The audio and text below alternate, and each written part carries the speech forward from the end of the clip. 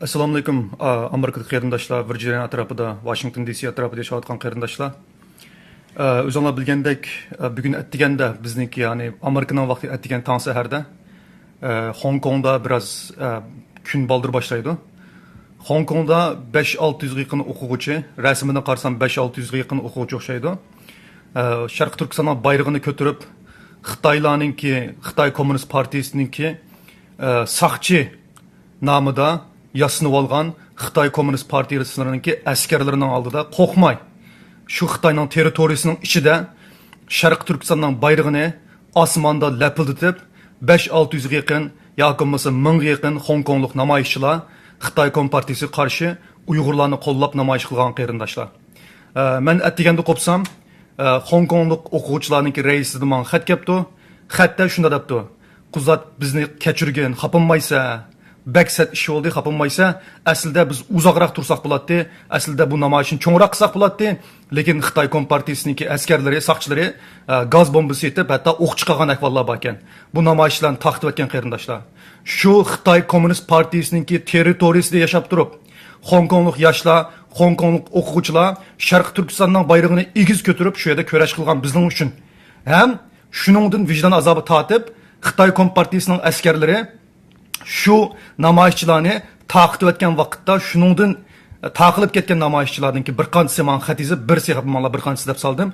Xafamaysilar Uyg'urlar, bizlar uchun vaqtida turamadik, uzoq turamadik, jiq qilamadik, cho'ng qilamadik.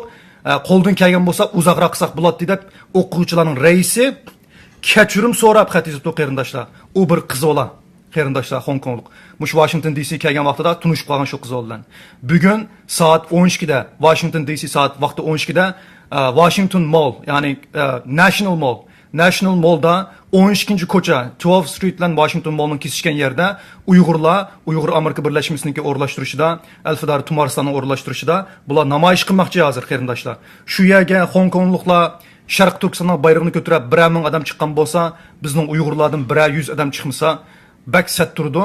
Ham bu ishning o'zi Uyg'urlar nemishqa mustamlikada yashaydigandi, Uyg'urlar nemishqa o'zining mustaqilligini qo'lga keltirolmaydigandi, Xitoy Kommunist Partiyasi qandaqsiga bundaq yo'g'nab, o'ltagancha, xohlagancha o'ltirib, xohlagancha bosqinchilik qilgandi deydiganga bir javob bo'lib qolmasin qarindoshlar. Chunki Uyg'urlar yotqandan chiqmaydi ekan, boshqa millatlar Turkiyada 50-60 ming odam ko'chaga chiqib Uyg'urlar uchun namoyish qilib turdi ekan, Hong Kongda hayotini alqonga qo'yib, jinini alqonga qo'yib, yosh o'quvchilar, kichik bolalar Uyg'urlar uchun bayroqni egiz ko'tarib namoyish qilib turdi ekan, ammo Uyg'urlar Amerikadagi sog'lom bir zaminda saqchilar qo'g'dab turibsa Uyg'urlarni ko'chaga chiqib bir 2 minut, 1-2 soat o'zlari uchun namoyish qilolmaydi ekan deydigan bir narsani biz shakllantirib qo'ymaylik qarindoshlar.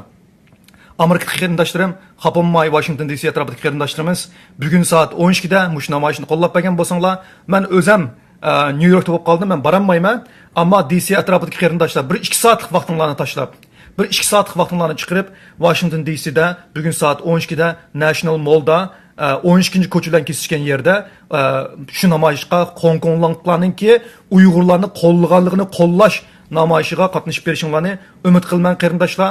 Qopinmay ma videoni bir taqib qo'ygan bo'lsanglar, rahmat sizlarga, Alloh rozi bo'lsin. Yakshanbanglar xayrli bo'lsin. Vatan uchun olgan har nafas xayrli bo'lsin.